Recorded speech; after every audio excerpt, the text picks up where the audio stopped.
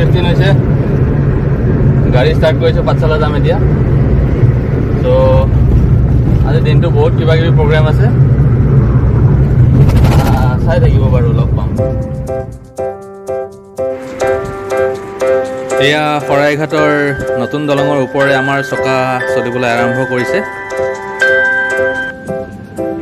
hello' মাই dear lovely viewers এই ঠাইখিনি হ'ল চেক গেট পাৰ হৈয়ে আপোনাৰ আমিনগাঁও নাপাওঁতে ইমান ধুনীয়া এটা প্ৰাকৃতিক সৌন্দৰ্য এই দৃশ্যটো চাগে মই এতিয়ালৈকে 10বাৰমান ভিডিঅ'গ্ৰাফি কৰিলোঁ নেকি আপোনাৰ দূৰৰ পৰা চালে এনেকুৱা লাগিব যেন আপুনি গৈ পাহাৰৰ খুন্দা মাৰিব কিন্তু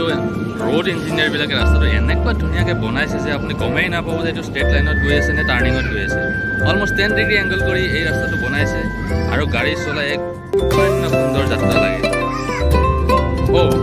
আহি দেখোন আমি মদনপুৰ টোলগেট পালোঁ পইচা আছেনে নাইবা আছে আছে দিয়ক মাজতে ভৰাইছিলোঁ নহয় পইচা আছে কাটিব বাৰু আৰু এয়া পাই গ'লোঁ প্ৰণীতা নামনি অসমৰ এখন বিখ্যাত ৰেষ্টুৰেণ্ট ইয়াত নোসোমালে নোৱাৰি কিবা মনটো ভালেই নালাগে ইমান ধুনীয়া মানে ইয়াৰ গুড কোৱালিটি মিঠাই আপোনালোকে যদি খাব বিচাৰে প্ৰণীতাত এবাৰ সোমাই যাব এপাক আহিলে নামনি অসমৰ মিঠাইৰ আকৃতি অৱয়ব বহুত ডাঙৰ হয় আৰু ইয়াৰ কোৱালিটি অলছ' ভেৰি গুড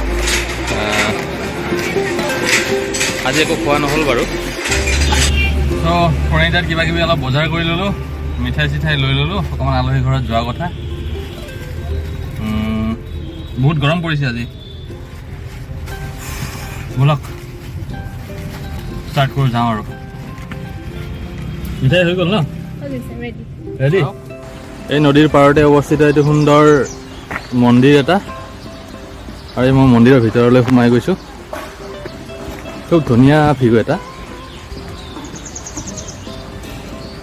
ইয়াত আয়তীসকলে কিবা নাম প্ৰসংগ কৰাৰ কাৰণে বৰ্তমান যো-জা চলাইছে দেখিছে ইয়াত এডাল বহুত প্ৰকাণ্ড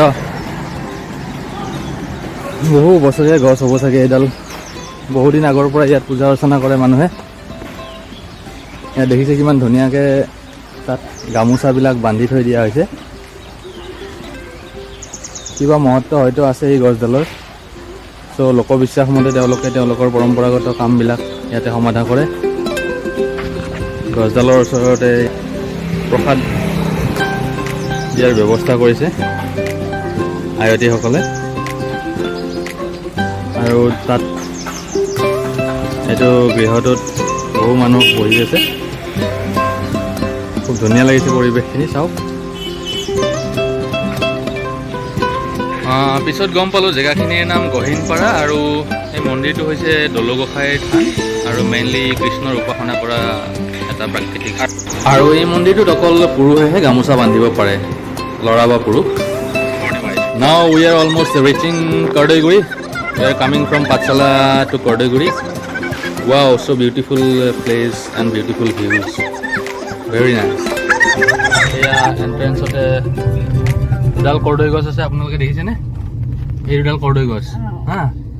আৰু কৰ্দৈগুৰিৰ মেইন চিনে হ'ল এই দুডাল কৰ্দৈ গছ মই দেখাই দিছোঁ গাড়ী বাহিৰৰ পৰা দেখাই দিছোঁ আপোনালোকক এই দুডাল হ'ল কৰ্দৈগুৰিৰ মেইন কৰ্দৈ এণ্ট্ৰেঞ্চত দুডাল কৰ্দৈ ৰুই পেলাই এই সমাজৰ মানুহখিনিয়ে ধুনীয়া এটা সংস্কৃতিৰ চিনাকি দিছে খুব সুন্দৰ এটা ভিউ চাওক এইয়া টেঙাৰ খেতি দেই ক'ত মই য'ত আহিছোঁ এতিয়া ইমান টেঙা লাগি আছে মানে দেখিয়ে চৰপত খাম খাম যেন লাগিছে একদম যেন গৈ চেপি পেলাই নেমুৰ পানী ওলাই পেলাই চেনি দি পেলাই খাই দিম এতিয়া এনেকুৱা লাগিছে চাওক ইমান ধুনীয়া নেমুৰ বাগান আমি গুৱাহাটীত কিমান টকাত নেমু কিনি খাওঁ আৰু ইয়াত লাগি পচি সৰি গৈছে আৰু 200 টকা বেগ মানে 4 পোন 5 পোন নেমুত আপোনাৰ 200 টকা বেগ ইমান ধুনীয়া নেমু চাওক ৱাও এইটো বৰলৈ খাই আছে নেমু আমি মানুহে খাব নাপাওঁ ইয়াতে বৰলৈ নেমু খাই আছে ইয়াৰ কিছু নেমু পকি গৈছে প্ৰায় 30 বিঘা মাটিৰ খেতি এয়া নেমু খেতি বছৰি মামাই প্ৰায় বহুত টকা ইনকাম কৰে কিমান টকা মই তেখেতক সোধা নাই বাৰু খুব সুন্দৰভাৱে ইয়াত আপোনালোকে কেতিয়াবা যদি মানাহৰ ফালে আহে ন ইয়াত এপাক সোমাই যাব নেমু লৈ যাব খুব কম দামতে নেমু দি থাকে মই বাৰু এড্ৰেছটো দি দিম মোক কণ্টেক্ট কৰিলে হ'ল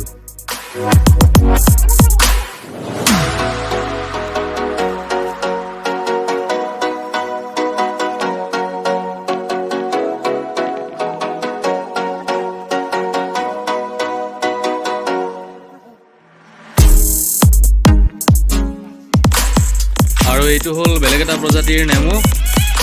আমাৰ অসমীয়াত গোল নেমু বুলি কয় আৰু সাইন্টিফিক নেমটো সাইট্ৰাছ লেমন এইটো একচুৱেলি আচাৰ বনাই খাবলৈ খুব সুন্দৰ হয় আৰু সেন্টটো খুব বঢ়িয়া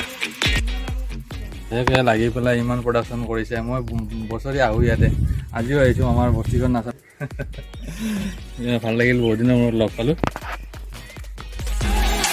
দিছে এয়া চাওক ইমান ধুনীয়া বৰষুণ দিব এয়া আমি ইয়াত ৰৈছোঁ অকণমান ইমান ধুনীয়া জেগাত আজি ভাল লাগিছে মানে ইমান গৰম দি আছিল দিনত আজি ধুনীয়া লাগিব এতিয়া ডাঙৰ বৰষুণ এজাক আহিব আমি গুৱাহাটীলৈকে বৰষুণৰ তলেৰে যাম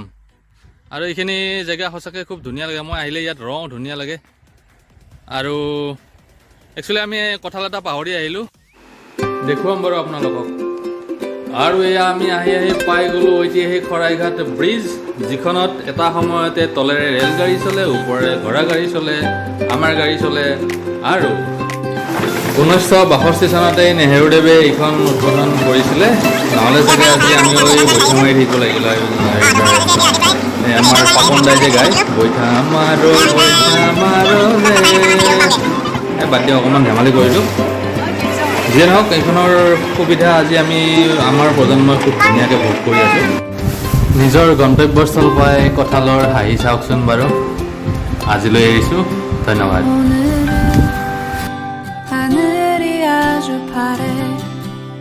나의 앞에 있는 네 모습도 눈부시기만 해 세상은